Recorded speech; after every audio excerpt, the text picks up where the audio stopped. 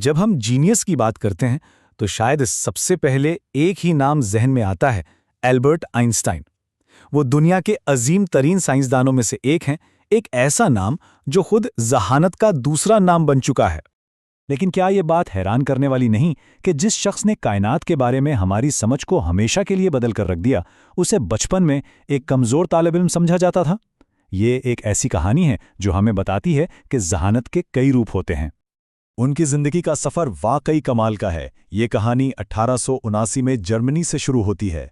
फिर 1905 का वो साल आता है जिसे मौजज़ाती साल कहते हैं। 1921 में नोबेल इनाम के साथ दुनिया भर में पहचान मिलती है और ये सफर 1955 में अमेरिका में आकर खत्म होता है। आइए इस सफर को जरा करीब से देखते हैं। तो ये कहानी शुरू होती है एक आम से तालिब इल्म से, एक छोटे से जर्मन कस्बे से लेकर स्विट्जरलैंड के एक पेटेंट ऑफिस तक। इनका इब्तिदाई सफर देखकर कोई कह नहीं सकता था कि आगे क्या होने वाला है। आइंस्टाइन का तालीमी सफर जर्मनी के स्कूलों से शुरू हुआ, लेकिन जल्द ही उनका खानदान स्विट्जरलैंड चला गया और ये तब्दीली उनके लिए बहुत अहम साबित हुई क्योंकि वहां उन्हें सोचने की ज्यादा आज़ादी मिली। उन्होंने ज्यूरिख के मशहूर इदारे ETH से फिजिक्स में डिग्री तो हासिल कर ली और ये कोई मामूली बात नहीं थी, लेकिन इस डिग्री से उन्हें वो मौके नहीं मिले जिनकी वो उम्मीद कर रहे थे। असल मुश्किलात तो अब शुरू होनी थी। हैरत की बात है ना, ग्रेजुएशन के बाद उन्हें नौकरी ढूंढने में काफ़ी परेशानी हुई और आखिरकार उन्हें एक पेटेंट ऑफिस में क्लर्क की नौकरी मिली। ज़रा सोचें, वो दिमाग जो कायनात के राज खोलने वाला था, वो दूसरों की इजादात के कागजात चेक कर रहा था। और अब आते हैं इस साल की तरफ जिसने सब कुछ बदल कर रख दिया, 1905, जिसे साइंस की तारीख में एनस मिराबिलिस यानी मौजज़ाती साल कहा जाता है। सिर्फ एक साल 1905। अपनी इस मामूली सी नौकरी के साथ साथ आइंस्टाइन अपने फारग वक्त में ऐसे आइडियाज़ पर काम कर रहे थे जो साइंस की दुनिया में एक तूफान लाने वाले थे। इस एक साल में उन्होंने चार ऐसे मकाले शाया किए जिन्होंने फिजिक्स की बुनियादें हिला दी। एक ने रोशनी की हकीकत समझाई, दूसरे ने एटम के वजूद का सबूत दिया, तीसरे ने वक्त और फासले के तस्वर को ही बदल दिया और चौथे में था कायनात का सबसे मशहूर फार्मूला। ये जहानत का एक ऐसा धमाका था जो सदियों में कहीं एक बार होता है। और उन्हीं मकालों से निकला वो फॉर्मूला जो शायद हर किसी ने देखा है, E=mc²। इसका मतलब क्या है? बिल्कुल सादा अल्फाज में, मादा और तवानाई यानी मैटर और एनर्जी असल में एक ही चीज के दो अलग अलग रूप हैं और इन्हें एक दूसरे में तब्दील किया जा सकता है। इसी एक ख्याल ने आगे चलकर एटमी दौर की बुनियाद रखी। इन इनकलाबी ख्यालात के बाद आखिरकार दुनिया ने उन्हें पहचानना शुरू किया, लेकिन जैसा कि होता है, पहचान के साथ जिम्मेदारी भी आती है।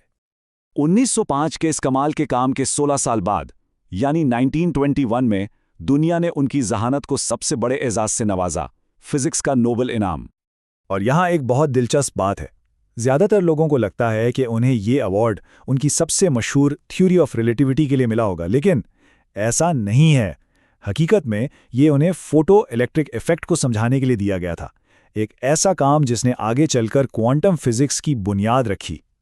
इसी दौरान यूरोप में सियासी हालात तेजी से बदल रहे थे, नाजी जर्मनी का उरूज हो रहा था और आइंस्टाइन, जो कि एक यहूदी थे, उनके लिए वहां रहना खतरे से खाली नहीं था, तो उन्होंने जर्मनी छोड़कर अमेरिका हिजरत करने का फैसला किया।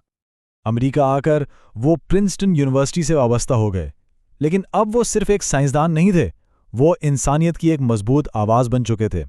उन्होंने हमेशा अमन की बात की और ख़ास तौर पर एटमी हथियारों के इस्तेमाल के खिलाफ खुलकर बोले।